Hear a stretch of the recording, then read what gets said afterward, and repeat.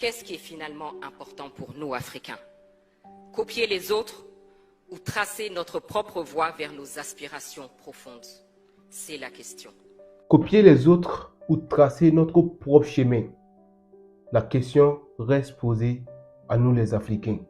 Lors d'une conférence de presse, l'avocate Fatoumata Sidibé Diarra décide de parler sans filtre. Elle met une claque à tous les chefs d'État et au gouvernement qui sont corrompus. Parce que généralement en Afrique, comme vous le savez, il y a des choses qui se passent que nous-mêmes, on sait, nous savons la vérité. Mais personne ne parle. Personne ne parle. Alors qu'il faut être en vérité avec toi-même pour te libérer. Parce que si tu ne te dis pas, ok, ce que je fais, c'est pas bien, il faut que je change. Mais tu ne changeras jamais. Donc je pense que ça, c'est le problème de l'Afrique.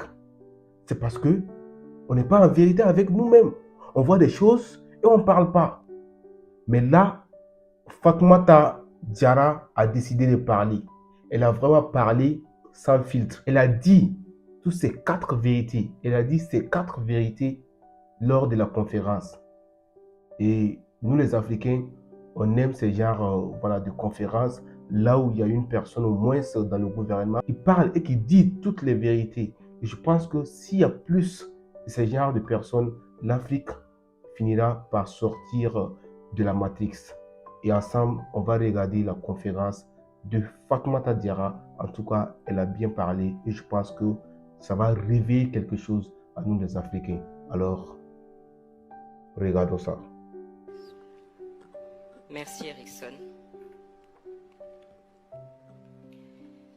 60 ans que nous nous définissons en fonction de critères qui nous sont étrangers.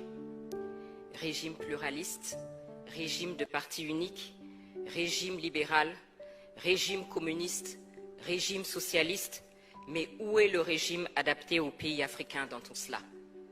60 ans de mascarade électorale, tenez-vous bien, entre 1960 et 1989, sur 102 élections présidentielles, le président en exercice a remporté les élections avec en moyenne 92%. Les partis du pouvoir ont obtenu en moyenne 83% des voix. Et dans 29 pays sur 47 en Afrique, les partis d'opposition n'ont jamais été représentés. Et nous parlons de démocratie. Plus de 60 ans d'instabilité.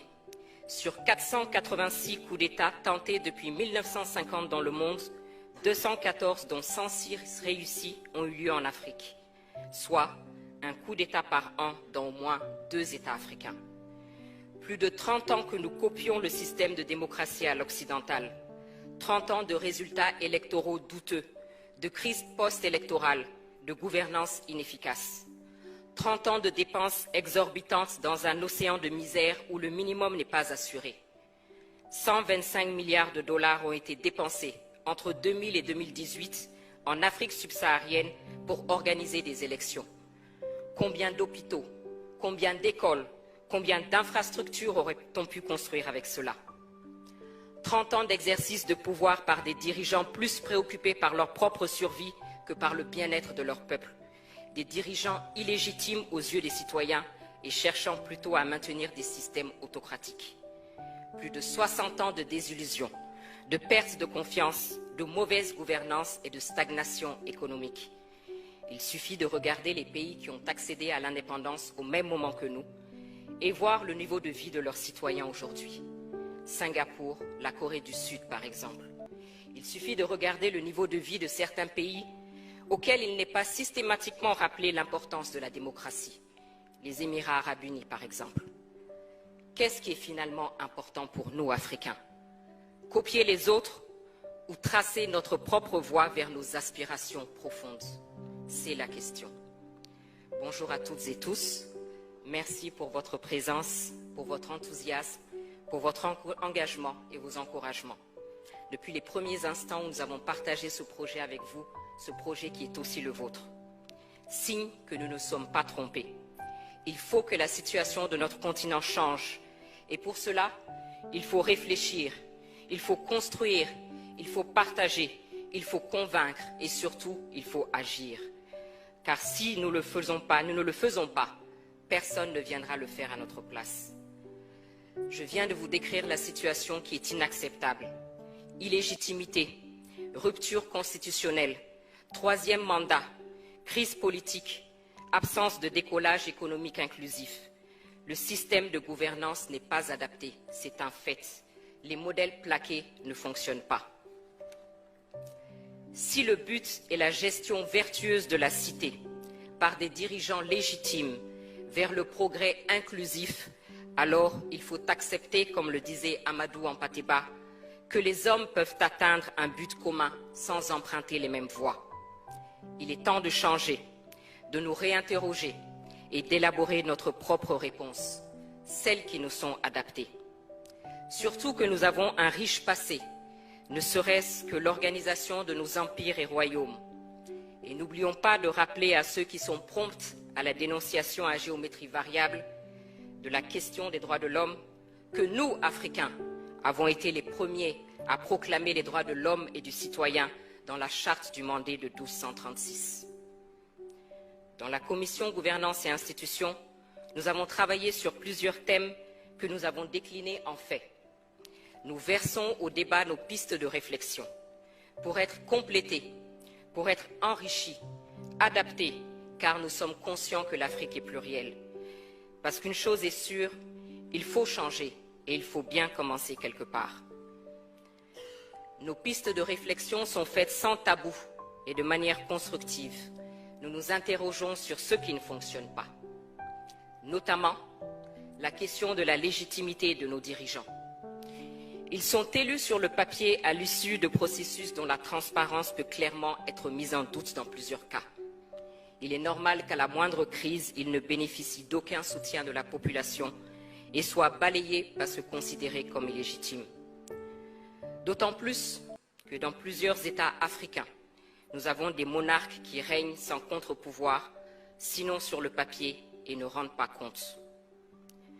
Le débat sur la limitation des mandats qui nous a été imposé est une autre piste de réflexion.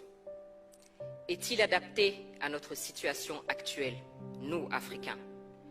Chaque 5 ans, chaque 7 ans, ce sont des violences électorales, des coups d'État constitutionnels. Est-ce la priorité dans des États en crise comme les nôtres? Et ceux qui nous insufflent cette obligation ne se sont pas gênés pour ignorer superbement cette disposition constitutionnelle lorsque eux-mêmes étaient en crise. Souvenez-vous du président Roosevelt des États-Unis, élu pour 4 mandats, et je ne parle pas du général de Gaulle, président de 1958 à 1969. Nous voyons tous la situation de nos États.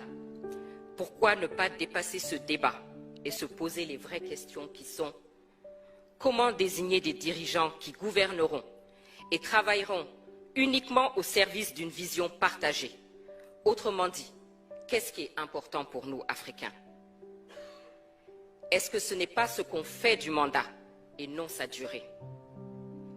Et face à un dirigeant dont le pouvoir dévie, il faut avec responsabilité réfléchir aux mécanismes de destitution, des mécanismes connus de tous et encadrés. Parce qu'actuellement, vous l'aurez constaté, le mode de destitution le plus utilisé est le coup d'État. Les coups d'État, parlons-en. Un proverbe malien dit qu'après une chute, ne t'intéresse pas au lieu de ta chute, mais à ceux qui t'a fait tomber. Au-delà des condamnations quasi automatiques, ne faut-il pas s'interroger sur la cause de ces coups d'État? Et pourquoi ils suscitent à chaque fois un espoir de changement pour nos populations? Mais également, ne faut-il pas que nous arrêtions les faux fuyants et que nous considérions la question de l'armée, qui est clairement un acteur à part entière dont il faut définir le rôle? À côté de nos dirigeants, la question des acteurs de la gestion de la cité, le citoyen, la société civile et les partis politiques est aussi une piste de réflexion. Le citoyen a voix au chapitre uniquement au moment des élections. Nos sociétés civiles sont moribondes ou devenues des instruments aux mains des puissances étrangères. Et les partis politiques voient leur nombre exploser et sont souvent devenus des moyens d'accéder aux postes ministériels ou autres avantages plutôt que de participer à faire avancer le débat. J'ai parlé de légitimité tout à l'heure. Justement, ceux qui en bénéficient sont nos légitimités traditionnelles, dont la place est connue, acceptée, respectée de tous. Ne devrions-nous pas leur redonner leur place, les remettre au centre, à équidistance des jeux politiques et assurer leur indépendance financière? Ces pistes de réflexion sur lesquelles nous travaillons concernent donc nos institutions internes, bien entendu, mais cela est valable pour nos institutions régionales et sous-régionales. En zone francophone, les résultats de ces institutions sont plus que mitigés quand elles ne sont pas sous la coupe d'influences et d'agendas étrangers. Sinon, comment expliquer que les décisions de ces institutions dites africaines soient annoncées depuis une capitale européenne? Ou alors que les chefs d'État de ces institutions soient invités par un chef d'État européen à tenir leur sommet dans une ville américaine? Qui paye commande? Parvenir à l'indépendance financière de ces institutions est donc une question cruciale. Ces pays qui tentent de nous imposer leur agenda ont tous leur politique africaine, alors que clairement, nous-mêmes ne parvenons pas à bâtir une politique africaine commune digne de ce nom, et encore moins une politique africaine du monde. Le dénominateur commun à toutes ces pistes que je viens d'évoquer est la prise de conscience et le sens de la responsabilité.